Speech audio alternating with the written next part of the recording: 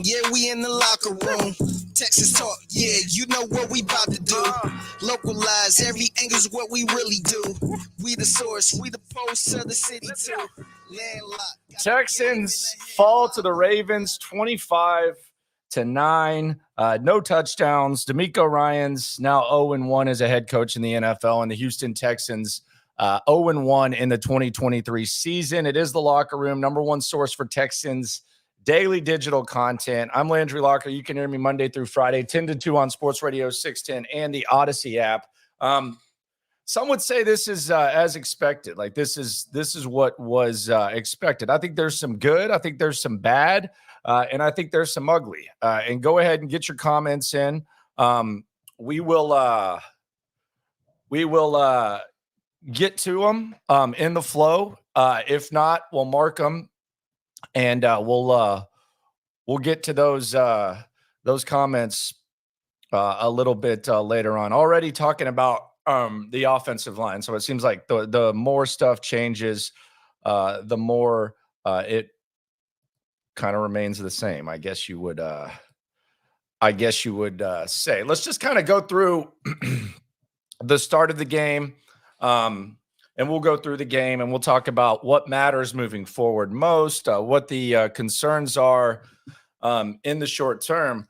The first half, I would say, probably went about as good as you could have asked for the Texans to be in the game and to really kind of got gifted that roughing the passer at the end of the first half. And the refs were pretty bad all around throughout, but you went into halftime feeling like, they had a chance to win because they got the ball at half. They were down 7-6.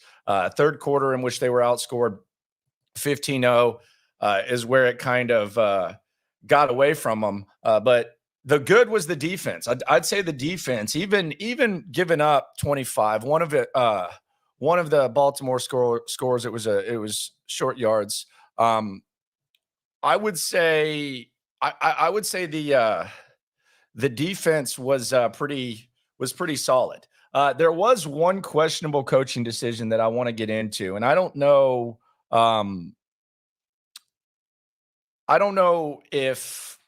whose decision it even is, but it was something that looked really weird. I think most people would agree that it looked pretty weird, especially people that follow the Texans. But the play of the game early on, and one that really kind of put light in the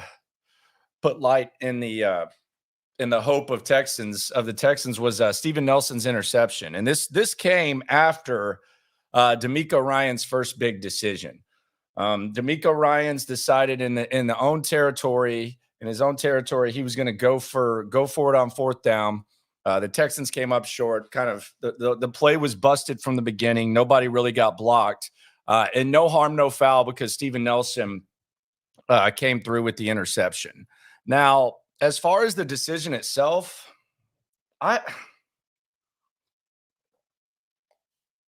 don't know. They did it twice. Second time, it actually backfired on them. I guess this is going to be an aggressive team. I would like to see the ball handed to Pierce, although I don't know that this team is capable of running the ball with the state of the offensive line right now. But as far as the decision to go for it in own territory, I thought it was a little bit early for DeMeco to do that.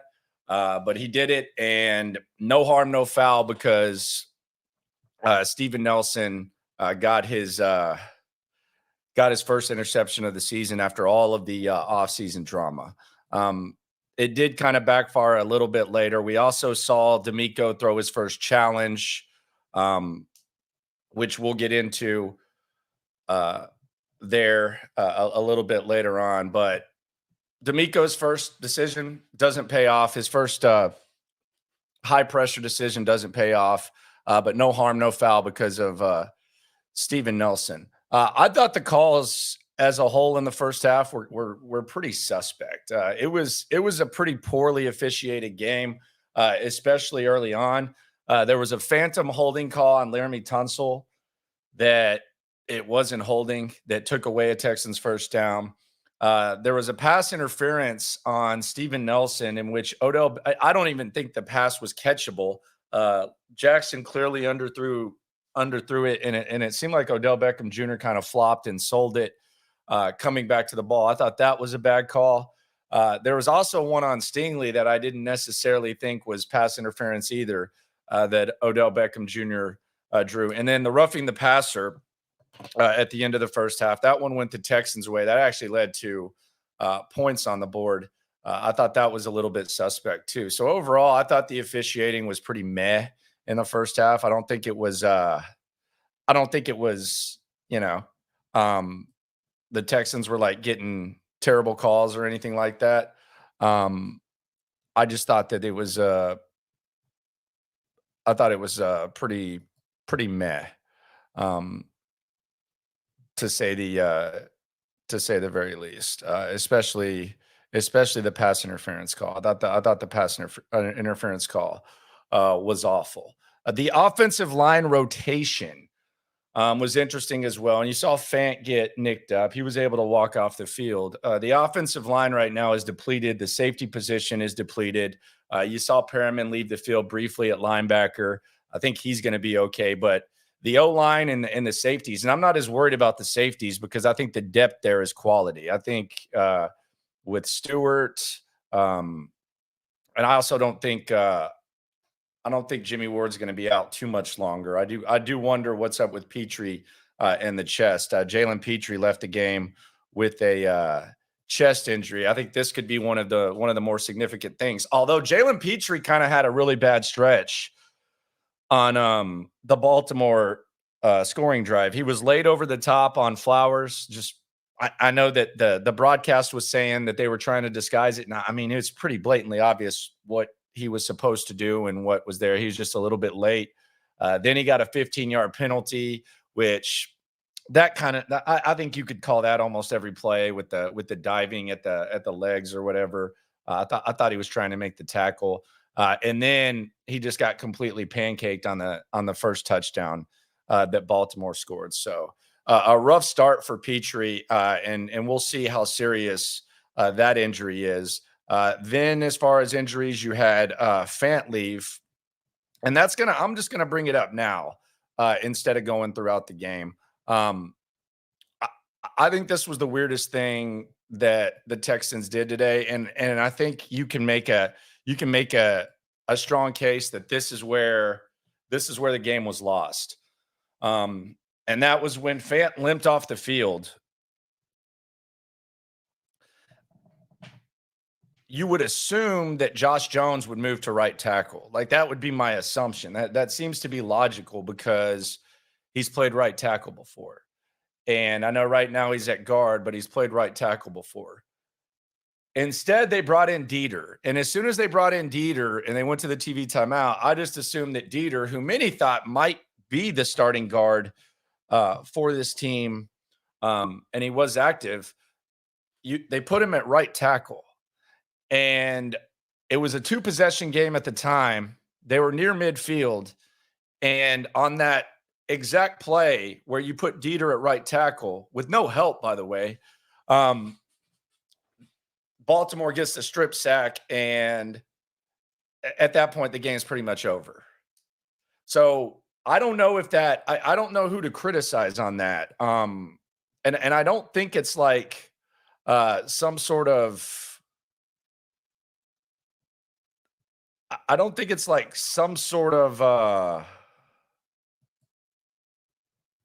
hot take. I think most people who follow this team closely, like if you're a Ravens fan, you probably didn't think much of it, but most people who follow this team closely thought that Dieter was either going to be, if he played, was going to be starting center or guard. And I know desperate times call for desperate measures, but when you have a guy in Jones who's played tackle before and he's gotten some tackle reps for you, it doesn't seem logical to put Dieter at right tackle. And I don't think I saw him back at right tackle after that. So the one play that he goes in, you get a strip sack. They get a strip sack, and then they never look back. I was very confused by that. And I don't know if that's a DeMeco thing. I don't know if that's a Bobby Slowick thing. I really don't know, but it was weird when it happened. And unfortunately, it kind of cost him. I don't want to say cost him the game, but that was where the game was pretty much over. There, it is the Locker Room post game show here on here in the Locker Room. Please subscribe, like, ride along. I'm Landry Locker. You can hear me Monday through Friday, 10 to 2, on Sports Radio 610. Then we had the Texans' first scoring drive, and we're 4 quarters through the season. We're 1 game through, and the Texans have still not scored a touchdown. But on the scoring drive, I think it became pretty apparent that Woods is going to be a guy that CJ trusts. He found Woods 3 times on 3rd down on that drive. Then he found DeMeco deep, and then the first points of the season, 15 play, 67-yard drive that lasts 8:54. Someone in the comments brings up that the Texans need a wide receiver 1. Hey, we've known this. Here's the thing.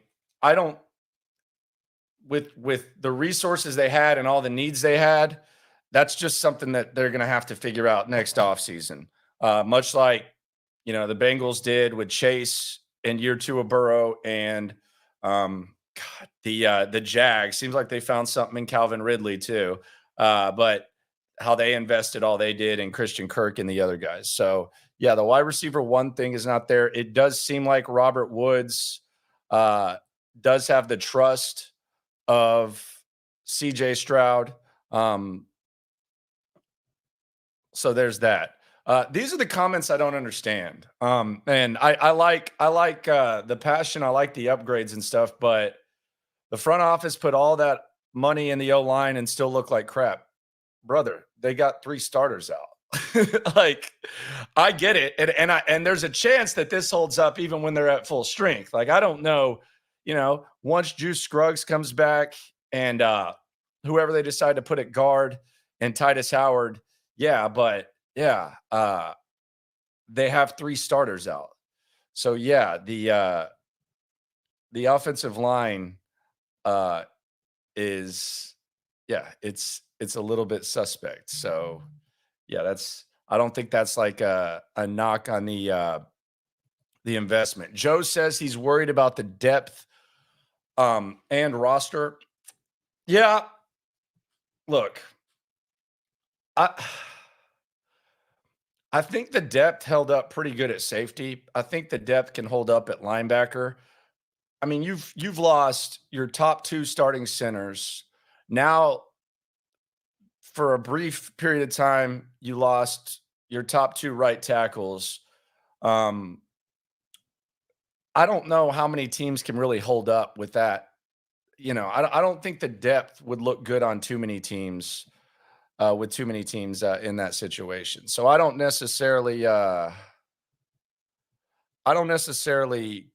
not worried about the depth, but it's not overly encouraging, to say the very, very least, with where they're at right now. Other big observation, Zay Flowers looks the part. A lot of people were high on Zay Flowers, to the point where I think some people were even talking about, leading up to the draft, maybe this is a guy you look at 12. It was the Jackson Smith and Jigba. There was a big Jackson Smith and Jigba following here. But Zay Flowers right now, so far so good. I mean, he looks the part. And Tank Dell, his debut, 3 catches, didn't really stick out too much. It was clear that Woods and Collins were the favorite targets of CJ Stroud. So we didn't really, all that Tank Dell hype and how good he looked in the preseason. We didn't really get to see much of the Tank Dell thing. I kind of have PTSD watching this Texans team too. And my thing with watching the Texans the last couple of years, is I have run PTSD. Every time the other team runs the rock, I feel like it's going for 50. Do y'all have that? And by the way, man, tough luck for local guy J.K. Dobbins. It looked he tore his Achilles. I mean, you can tell. Like I know Adam Schefter put it out. They fear he tore his Achilles. I mean, it's pretty obvious when you tear your Achilles. That's the one thing where you know immediately. So if they fear it, unless they got the weirdest doctors in the world, or unless something crazy happened, that's there. But I thought the defense held up pretty good against the run, and I thought they did a pretty decent job of keeping Lamar Jackson in check. Lamar Jackson was the Ravens' leading rusher. He had 6 carries for 38 yards. They averaged 3.4 yards per carry, and you held him to 110 yards. I mean, really, if you look at the stats, the defense, the Ravens, they ran 58 plays and they had 110 yards rushing and 155 yards passing.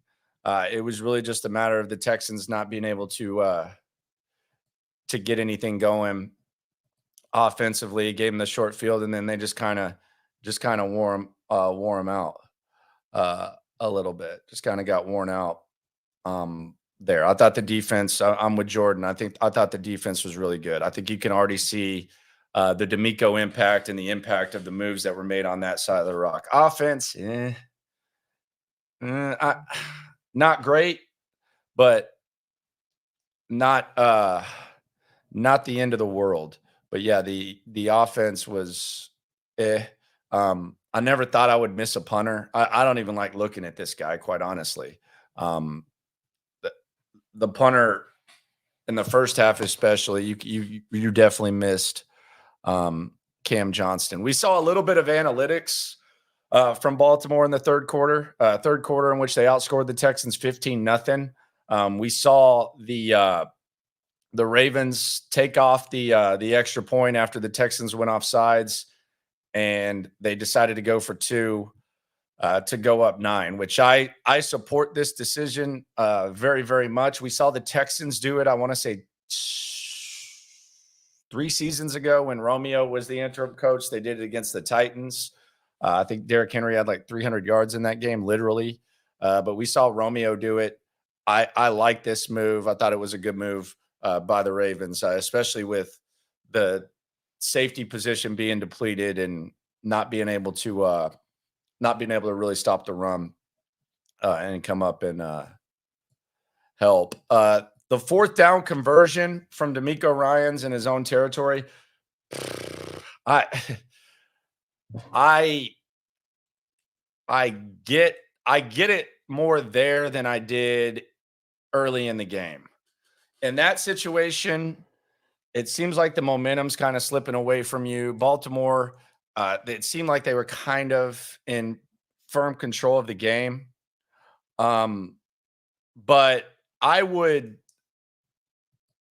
say that I supported it in the second half, but I didn't support it in the first half. The first half, I thought it was a little bit too early there for the 4th down conversion. Thought that was a little bit much. Will Anderson, as advertised, he had the AM1 sack where Will Anderson got tackled by the O-lineman, ended up getting the sack. I think Will Anderson's going to be a good player, double-digit sacks this year, was the prediction before. I think that Will Anderson, as advertised, biggest moment, and this is something to keep an eye on, Fant goes down, and then you had the strip sack. That was where the game was lost. That was where all hope was lost, and that was where you just knew it was over. As soon as that happened, as soon as you put Dieter in there at right tackle, you knew that was it. You knew that was a wrap, no doubt on that. DeMeco report card. Let's do a little DeMeco report card. I would say if we acknowledge that he is in charge of the defense and it's DeMeco's defense, I would say he handled his side of the rock very well. This defensive effort with a good offense, and maybe, you know, more capitalizing on opportunities.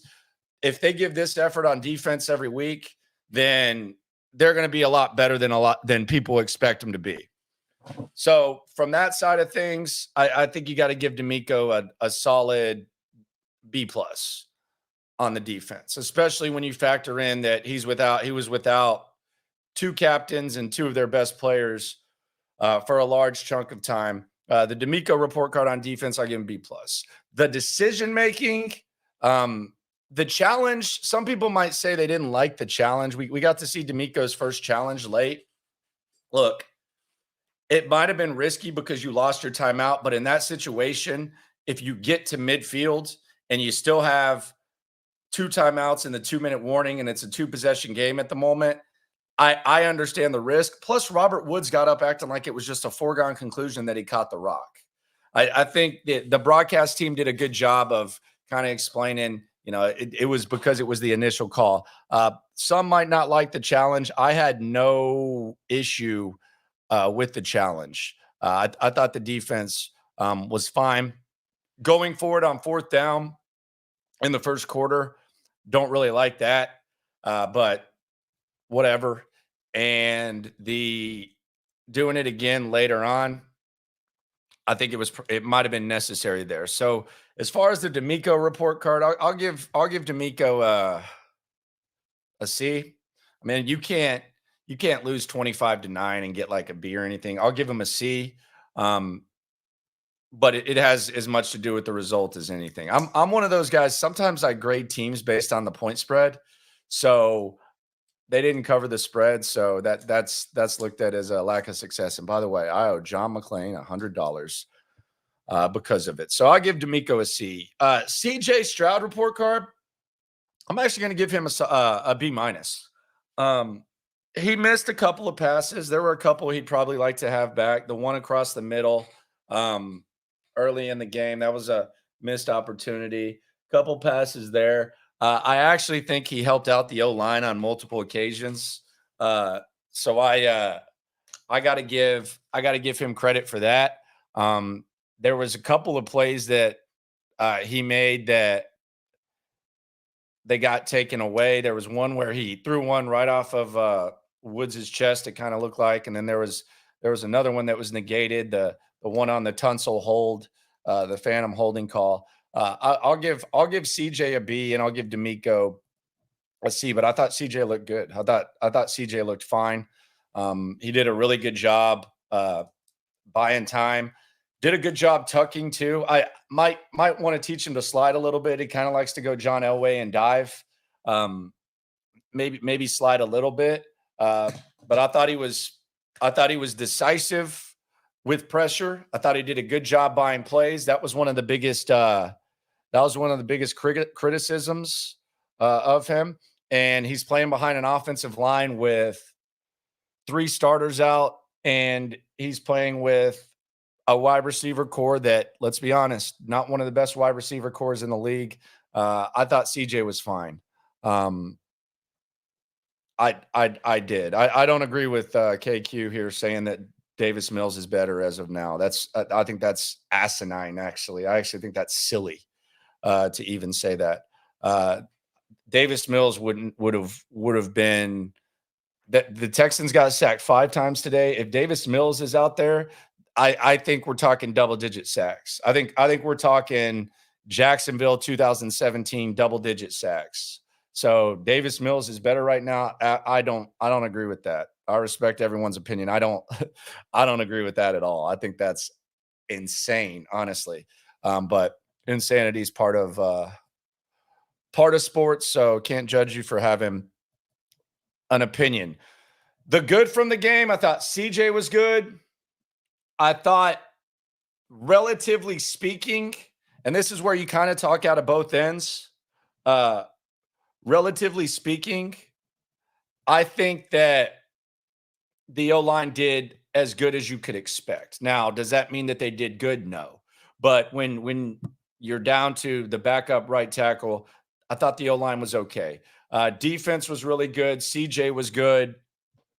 The offensive game plan, I didn't have a huge issue with it. I don't know, there's some limitations. There were a couple of times the one play that I didn't get was the third down. I think it was 3rd and 7. Y'all can correct me if I'm wrong. I think it was 3rd and 7, and they threw like a backwards pass to Noah Brown on the sideline. It wasn't 3rd and long, so they weren't like setting up the punt. I thought that was rough.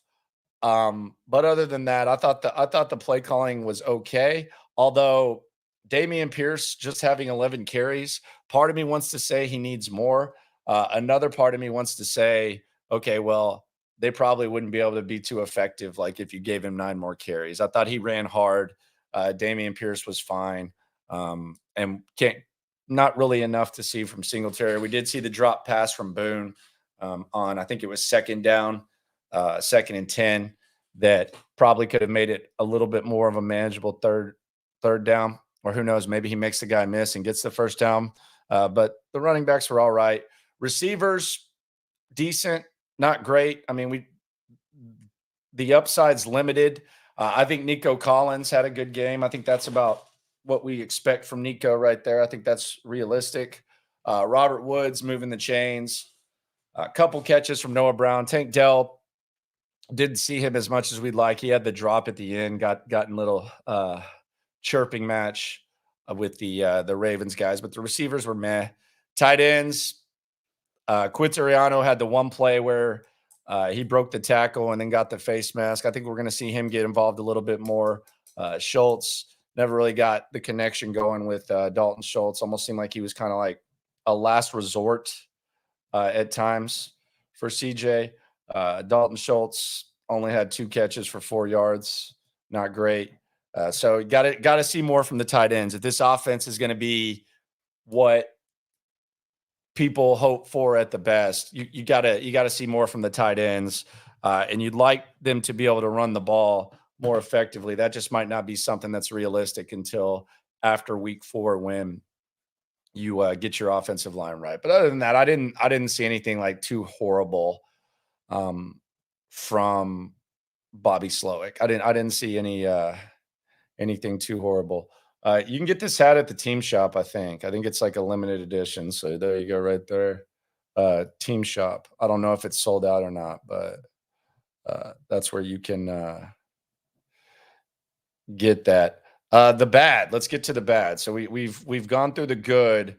The bad, penalties. Penalties and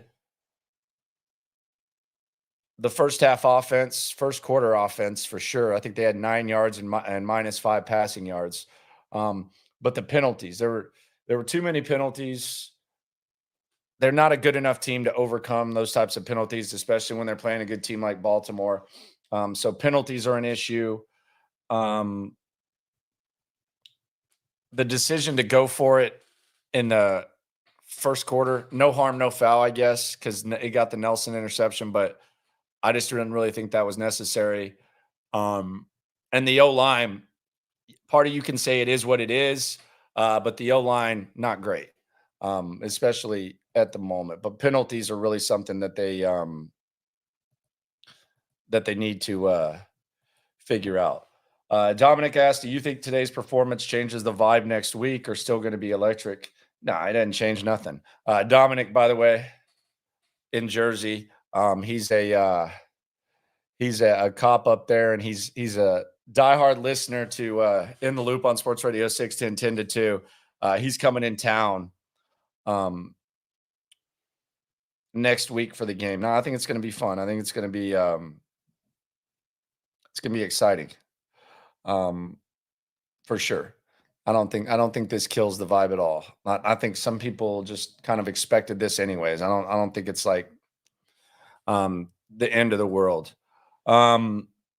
Defense did what they could. They played pretty good. BS pass interference calls were definitely suspect. Yeah, I don't know. I think Odell Beckham Jr. maybe there's like some sort of like star power or like some sort of fascination with Odell Beckham Jr. Yeah, I didn't think either one of those were pass interference. Matter of fact, I think he initiated the contact on both. The first one wasn't catchable. I don't know what there was no way he could have caught that. Like, even if the defender hadn't been there, he wasn't going to be able to come back and catch that ball. So and the reason that he was coming back to catch the ball was because it was so poorly overthrown. So to me, that whole thing, that was just rewarding a bad effort all around. That was a bad one. The Stingley one, I could see a little bit more, but again, Odell was grabbing Stingley too. So I didn't see that. Also thought that the roughing the passer that the Texans got was a garbage call, and the Tunsil holding was bad too. There was also a couple of times, like I think there was one time where a Ravens player like threw a punch. Maybe he was like saying "get off me" or something, but it seemed like there was kind of like a punch. And there was another time where there was a blatant Horton got through. I think it was in the first or second quarter. Number 92, if you aren't familiar, it was his first game, so hard to keep up with these numbers. But he just got grabbed by the face mask in the open field, and they didn't call anything.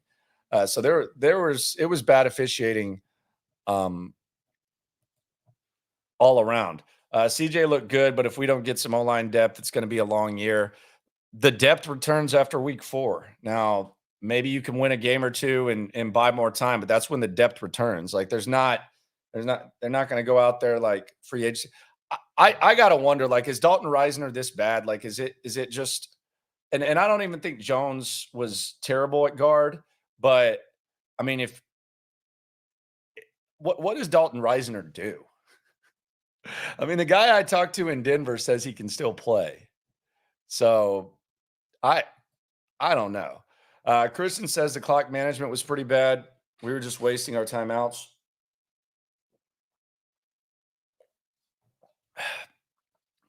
Trying to think. One of them in the first half, I think they called before a third down play, and I think they actually ended up converting on third. Another one I think they called on offense to figure some stuff out. They lost one on the challenge, the Woods catch. So they lost one there. I didn't think the clock management was that bad. Now, maybe you don't think it was worth the risk of the challenge, but yeah, I didn't. Maybe the game wasn't close enough to where I was really thinking about it, but I didn't feel like they wasted their timeouts. They tried to risk the timeout at the end, but I could be wrong. I didn't really think that that the clock management was poor. Where was Pierce? I mean, he was having 11 carries for 38 yards with a long of 7. That's where Pierce was. Have to scheme better. We got Bobby Slowick. Have to scheme up better protection when so many starters go down. Either be 6 or 7 man protections or immediate quick passes only, especially when the Ravens are blitzing so aggressively. I didn't think like I mean, you never want to give up 5 sacks, but with what they had, I didn't think CJ was on an island. I do think that he bailed him out a couple of times. I don't know why Dieter was at right tackle, but I don't know. I don't know like what Bobby Slowick's supposed to do. Maybe you keep the tight end in, or whatever. Who knows? Yeah, Jalen Petrie. We don't know how long he's going to be out. I guess they're saying it's a long injury, which, yikes, not great. But yeah. Darian says DeMeco has to chill with the random ass rotations and substitutions. Which ones are you talking about? I'm not questioning you. I'm just like, which ones? If you don't mind following up on that, DG. Because the Dieter thing was weird. That was just kind of a reaction to an injury. I wonder if they just thought that, Jones is already playing guard, so you don't want to, have him switch positions in the middle of a game. My thing is, when has Dieter ever been a tackle? Like when has he ever been an NFL tackle? You put him out there and then you had the strip sack. So I didn't really I don't know about like the random rotations. He kept rotating the linebackers and corners. Okay. I saw that Denzel Perryman got hurt. I didn't. I mean, I don't. Do you think that these guys are like good enough to be like 3 down linebackers the whole time? I had no issue with the linebacker and corner rotation. I don't think that would have made my top 100 list of issues. So I have no idea. Zombie ate my bra says Reddit thinks all sacks were Stroud's fault. What do you think? Come on, man. Like, what do you mean Reddit thinks? Like someone on Reddit? Like, there's no way that everyone on Reddit thinks that. I don't know. I don't know if the sacks were his fault or not. I kind of feel like he avoided some sacks, but nah, that I don't know. I don't think Reddit thinks that. Uh, so we'll see what happens with Jalen Petrie. Doesn't sound um, awesome. Yeah, Reddit thinks. I don't think Reddit thinks the same of anything. That's always I always think that's interesting. Like when someone will say, Sports Radio 610 said, it's like, who? Because there's a lot of people that talk on there, and none of them really have the same opinion. So yeah, I don't know what Reddit. I don't. Again, I don't know how much of it was Stroud.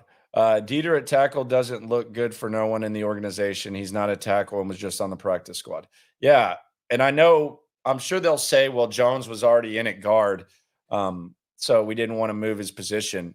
Okay, it's a desperate thing. Like you either do that or you put a guy who's not even really that great of a guard or um, center, you put him at right tackle. And I'm hoping that he got some sort of rep. It damn sure didn't look like it out there. But I didn't really understand that one. Slowick's play calling was fine. I didn't have an issue with it. There was the one like backwards pass. Uh, I, I don't I don't know if it's his decision to put Dieter at right tackle or not. Uh, no idea what was going on there. Other games of note, games of interest around here. We like to localize it.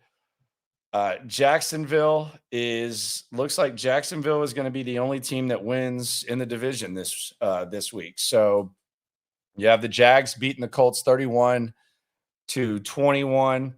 Calvin Ridley, God, I can't believe they got him for what they got him for. 8 receptions, 101 yards, and a touchdown. Travis Etienne, 18 carries, 77, and a touchdown. Trevor Lawrence, 241 yards passing. Anthony Richardson, 24 37, 223, a touchdown and a pick, and then 10 carries for 40 yards.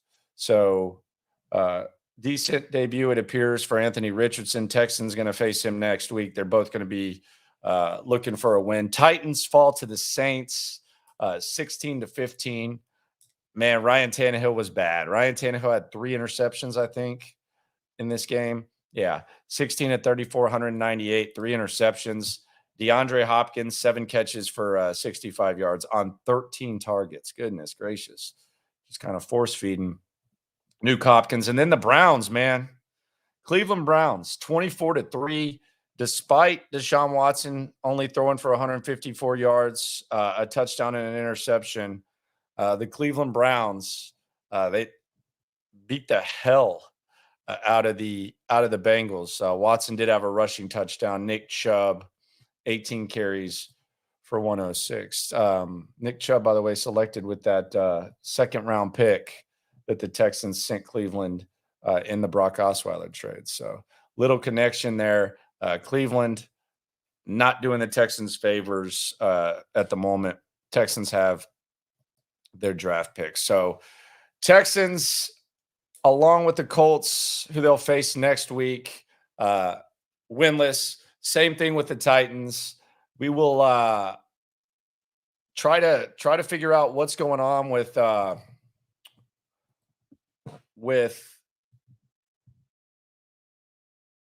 Petrie. Doesn't seem great. Doesn't seem great. CJ Stroud's at the podium right now. We'll check out what CJ had to say, what DeMeco had to say throughout the week for sure, and see how that whole thing shapes up and how that goes. So we'll figure that out. But that's That's the bad. Appreciate everyone for coming through. This has been the Locker Room post-game show. Bruised lung. It doesn't sound good. I don't know what that is. I've heard collapsed lungs, bruised lung. I don't even know like how that happens. Do you just get hit so hard that your lung gets bruised or what? I'm not sure. The early line, I have not seen the early line on Texans Colts next week. I'm anticipating that the Texans might actually be favored by 2.5 or 3. I'm not sure. I don't know if either one of those squads is in position to be favored in a ball game. But we'll see. And it should be a really electric atmosphere. Should be fun talking about this tomorrow. I'm always intrigued to hear what Lopez has to say about these types of doves. He's been known to have some pretty good talks. And we can actually check out the you're not allowed to play the press conferences live when they're up there, but I think CJ's done, and we should be able to peep the scene now. Let's see. Yeah, we got it. Here we go. Let's go hear what DeMeco had to say. Right here in the locker room on YouTube. Let's hear from DeMeco Ryans right here. Let's go ahead and share that. Here is DeMeco Ryans.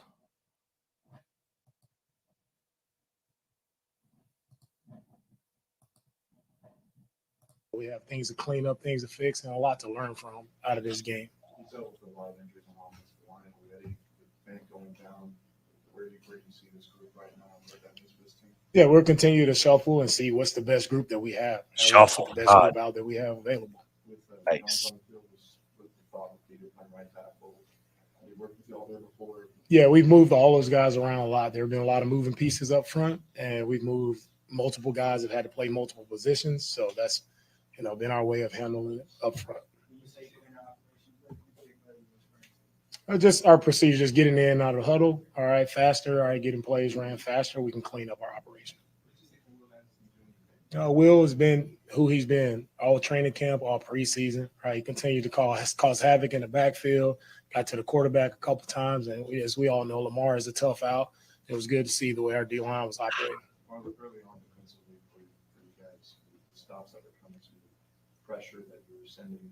What impression did you get away from your unit today? All right, the defense, it was a good start for us, but not good enough. Right, we have to get stops in the red zone. It's all about points. Right, we gave up too many points today.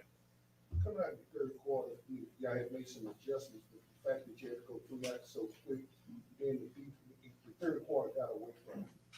What do you have to do now to be offensively to try to really save yourself from the defense next time? It's the same. When we come out in the second half, right, we have to be able to move the ball, and that's where we started to sputter. We kind of hurt ourselves a lot, and we can't hurt ourselves versus a good team. Right, the Ravens are a good team. They played good ball today, and we can't help a good team, and that's what we did today. We helped a good team, and you're not going to win games in this league like that. From your view, how much did the offensive line impact offense? I'll take a look at the film and see, what happened up front. Don't know the answer just now. There's some plays where obviously you got that quickly. There's other plays where you got help the ball. What's that balance between trying to make the play and play for the next down? Yeah, we'll see. You have to be smart with the football. You have to make the best decision that play calls for, and we'll see where we can clean that up and get better. What would be your message this week about the penalties? Just overall, you want to play clean, and the penalties, they stall drives, right? Defensively, we have penalties. Offense, we just have to play cleaner football, right? And it goes back to you want to win games, you can't help the opponent. So as clean as we can play, clean operation, both sides of the football, right? And then you have a chance to go make plays to really change the game. It seemed like a simple house, some of those third downs paid off. What about what you'd seen about the Ravens and Lamar? Did you think was attacking? When it comes to our defensive calls, we'll do whatever we need to do to try to make a play. Jalen took a 3-1, like he took a knee to the chest or whatever. How's he doing? Yeah, we'll see where Jalen is, right? Still getting tests to see how he's doing. What was it like being in Canada for the first time? What is it challenges to do like Say that again. What was it like being in command for the first round of the game, and how do you see the challenges from this team? Yeah, everything. I mean, the command, the flow of the game. I think everything went fairly smoothly with our flow of the game, and it's just one game at a time, right? I told our guys this is no point to hang our head or be sad about it. Like you got to make plays to win in this league, and it's tough to make plays, but we don't hang our head about it. We don't whine about it, right? What are we learning from this outing that we had today? It was not good enough, and everybody knows that. So how do we do something about it to make the change? I think CJ showed some poise today and no interceptions, a lot of yards. Did you like the poise he showed as a rookie playing? For his first time out, I mean, CJ was a tough place to play, a tough opponent. A lot of things were stacked up against him, but I thought he handled himself well. 2 4th-and-1 situations with what went into your decisions there. How do you review those after? Yeah, the 4th-and-1, we want to be aggressive. We know coming in this place is you got to score to win here. So it's an aggressive mindset, and that's how we'll operate. We're going to be aggressive, and we're going to try to win games. Take a couple more. That's good. Did you give yourself a chance to take it all in if this was your first game? Yeah, man, Take it all in. His first game, it was a special one. I will always remember. I did have time to just reflect, take it all in, and at the end of the day, it's just about just continue to help our guys, serve them in whatever way I need to help us go out and win games. You guys had Lamar Fletcher there early in the first half. What adjustments did you feel like the Ravens made in the second half? With the adjustments that happened in the second half, I think they hit a couple runs on us. And again, we got to make a couple plays. Third down, that's where we didn't get off the field 2 times there that allowed drives to continue to go. So we just got to make our plays when we have the opportunity. Last one, President, there were ways in the second half to try to give Stroud a little bit more protection there. How did y'all approach that? Needing some more time. Yeah, with every game, there comes adjustments and things you need to do. So things aren't going well, you have to adjust and try to do what's best for the team, and that's what we did. All right. All right, thank you. All right, there you go. We'll find out who we get at the podium. Who's getting the podium action up there? Who we getting? I know we're gonna get CJ. Who else do you think they send? They got to send Will, right? Maybe just CJ. Who knows? Yeah, I think we're just gonna get CJ. But as far as DeMeco, I mean, look, we'll hear from CJ in a sec here in the locker room. And be sure to subscribe and like the video. We do this after every game. Now, next week, I'll be at the game. So typically it's an hour and a half after. Get to take it all in at home games because we are in the mix. But on road games, we'll immediately go. Let's hear from CJ Stroud right here in the locker room post-game show. 242 yards, 20 yards rushing, sacked 5 times, 44 attempts. That's a hell of a lot of attempts. Let's hear from CJ Stroud live at the or out there at the podium before he gets on a plane and comes back to H-Town. Opportunity to play my first NFL game and against a great team like Baltimore, a great defense, a special player like Lamar Jackson. And I felt like got to do that jersey swap, right? It wasn't what we wanted, and got to just be better overall myself. Got to make more plays. Got to check the football, hold the football, and really just get it out on time and be better in and out the huddle and things like that. So had some positive things, but we got to just keep growing from here and keep getting better. I like this demeanor, man. Y'all know I'm the podium critic. Y'all know I've been known to overanalyze press conferences, but I like this demeanor, man. He's saying he needs to hold on to the ball. He's taking the blame for that Dieter stuff. He's talking about going out of the huddle, and he just looks disgusted. This is what people want their leaders to look like after games. I think sometimes fans they can appreciate this type of emotion. I like what I'm seeing right now.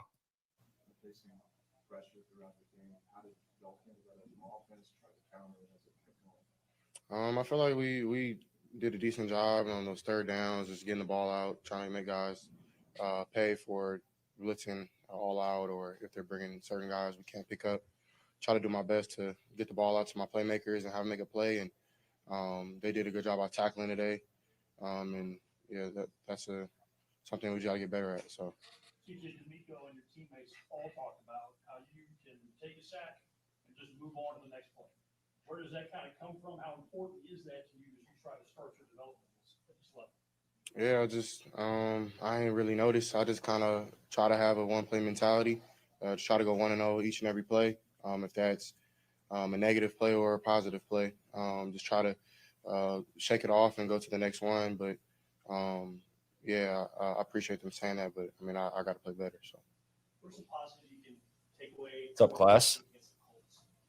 It only gets up from here. So I don't really think that I don't really have any things I'm kind of harping on that we did super great. I don't think we did anything super great, but I do think we shot ourselves in the foot a lot and didn't give ourselves a winning chance. Our defense played really good, so got to just be better in and out the huddle in the red zone.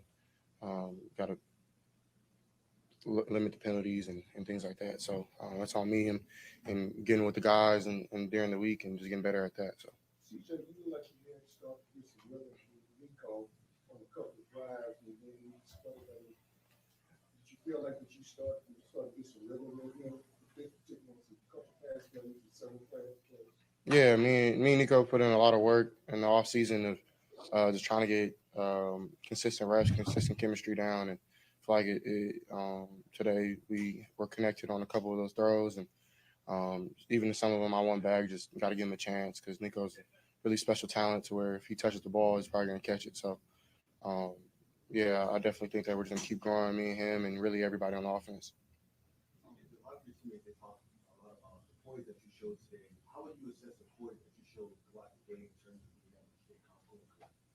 Yeah, I think it's part of my job.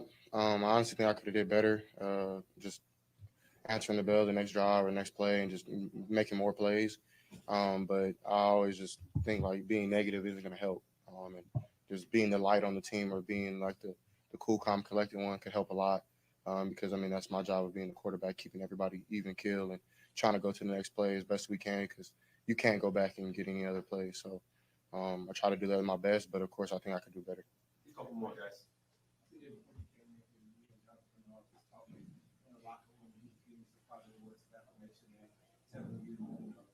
Don't get down on yourself. You know that you're a perfectionist, but you got to keep your head up and keep going because they trust you. What does that mean? How does that make you feel knowing that you're getting that positive affirmation from the veterans?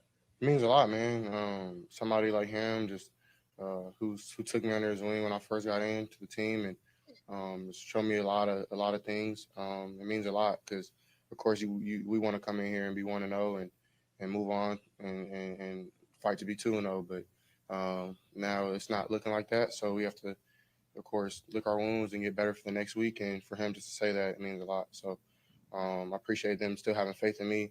I'm always going to fight my tail off and try to make plays and use my leg. Whatever I got to do to try to win, I'm going to try to do. So I think that maybe showed a little bit today, but in my opinion, I think I got to do more.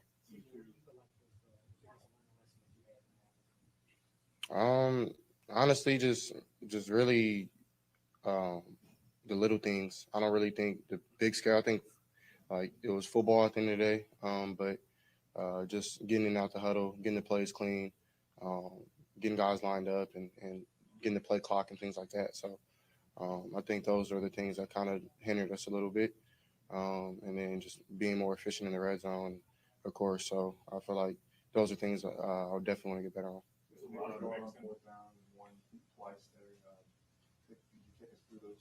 Two plays and your takeaways from it? They made plays, man. I appreciate our coaches having faith in us. I feel like those third downs were big, that we got some yardage and we wanted to go for it on fourth down, and they just made plays, and we didn't make the play. So that's kind of all they had to do. Will and DJ. The offensive line pretty banged up. Fought for you today. They said they hated seeing you get hit as much as you did. What's your message to those guys?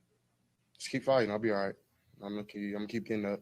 I'll be okay. It's my first time getting a hit, so I'm gonna just keep harping on those guys, man. Just go hard, because I'm gonna go hard for them. So I appreciate them hanging in there with me and fighting their tails off, because I felt that it wasn't like they were just giving up. it's not. I got to get the ball out if that's the case, and make better reads. So it's That's a team leader effort. right there. What's the balance between, trying to make a play and you're living for the next down? There are a few plays where it seems like you're better than the ball and taking sacks. What's the balance between trying to make a play versus just making play die and moving to the next one? It's just growing. Definitely could have maybe thrown it away a couple times. But man, I'm out there playing ball. Like, I mean, like I'm trying to run the game. I'm just trying to make a play. And if I make the play, I'm the hero. If I don't, I'm the zero. So I'll take both. It is what it is. But I know what I can do on the field. I know I'm gonna make those plays eventually. So Thanks, CJ. all right, y'all. Thanks, CJ. Dude, I know it's just a press conference. I feel like he knows what he's doing, man. I mean, that in the big scheme of things, does it matter? I don't know. That sounded like a leader right there. And it's easy to see why he's captain. So we'll see what happens. The good news for Texans fans, if you're looking for some good news, we've been through the game. It is the locker room. Number one source for Texans daily digital content. Please subscribe. When you leave here, be sure to like. Mean a lot to me. Appreciate y'all. But the good news, if you're looking at this, someone brought it up. I think they were kind of being trite, but it is true. Every other team besides the Jags lost in the division. The other thing is the defense looks good. So you feel good about the defense. And if you look at the next few weeks on the schedule, you're going to have an Indianapolis team at home who you're now going to have some tape on Anthony Richardson. I mean, let's be honest. You just faced Lamar Jackson. Now you're facing Anthony Richardson. So it's not like you're going from facing a statuesque quarterback to facing, Anthony Richardson, Lamar Jackson. I actually think this is good because the two most mobile quarterbacks that you're going to face, you're facing them week 1 and 2. And then you'll get your second crack at Richardson a little later on in the season. But I actually think that's a pretty, I don't want to call it an advantage because I don't know how many advantages this team's going to have, especially depending on what, is going on with the O-line. But I think that's actually a good thing that you're facing those two guys consecutive weeks. And you're getting the Colts at home. Might be one of the only games that the Texans are favored in, if we're being honest. There could be a couple others. The other thing is Pittsburgh sucks. Now, I know that there's been like a big effort to elevate and talk good about the Pittsburgh Steelers. I think Deontay Johnson, I think they lost him today. Some of you might have him in fantasy, so you might know better than most. I think he got hurt. Pittsburgh might be one of the under the radar, very mediocre teams in the league. And I know there's been some sort of push to turn Pickett into, the next God's gift to quarterbacks from Pittsburgh. But you got Pittsburgh, and then you're going to play Jacksonville, and Jacksonville looked pretty good today. They beat Indianapolis. So we'll see what happens. I did catch DeMeco saying we're going to have to shuffle the O-line. That's never really anything you really want to hear from your coach. The O-line shuffle, not the greatest thing that you would like to hear, but I mean, that kind of just goes back to it is what it is. OO brought this up with DeMeco. I hope we can protect him so he doesn't end up being David Carr. All right, that's a 5 minute. That's an automatic 5-minute timeout there. We don't mention David Carr in here because he sucked. Okay, let's quit acting like he was some sort of victim of O-line. His dad went to practice with him. He didn't study tape. He was the last guy to show up and the first guy to leave. He sucked. He wasn't Peyton Manning, and his offensive line actually got better, and he still sucked. So. Don't mention that weasel David Carr in here. That's an automatic timeout. You can do. There's 3 rules in the chat room. 3 rules. Number 1, have fun, talk, do whatever you want to do. Number 2, don't be repetitive and don't start talking unnecessary crap in there. And number 3, don't mention that weasel David Carr. He sucked. Okay, he's trash. Let's just make that clear. He's awful. He was not a victim of anything. I know we've run with that narrative. He was garbage. I'm going to bring this up with McClain actually, because McClain finally admitted it about him. But yeah, it's trust. Yeah, grown man timeout. It happens. It happens sometimes. Appreciate everyone for coming through. This has been the post-game show. Sometimes we'll go longer, sometimes we'll go shorter. This one was an hour. Sometimes we'll go hour and a half, sometimes we'll go 2. It just kind of depends. But this is the place to be. Probably tomorrow's video is going to be, we're going to focus on reaction. We'll hear what DeMeco Ryans had to say on Monday. He'll probably have an update on Jalen Petrie.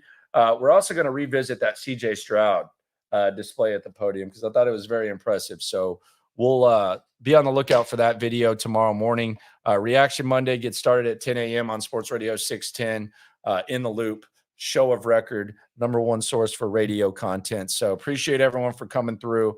It's going to be very, very fun season. Not a great start, but let's be honest. And maybe this is the skinniest fat girl / coolest kid in the choir comment. It's been a lot worse. That is for damn sure. So we'll see where it goes from here. This is, I don't want to call it a swing game this early, but this is a game you're probably going to have to win if you want to have a tangible, successful season. You got to beat Indianapolis. So we'll see what happens. Appreciate you for coming through. No matter what happens, whether they win or lose, we're all in this together. Please subscribe. Please like. Appreciate y'all for coming through. Fun times ahead. Season's upon us, baby. You don't need to try your luck. Locker room, yeah, we in the locker room.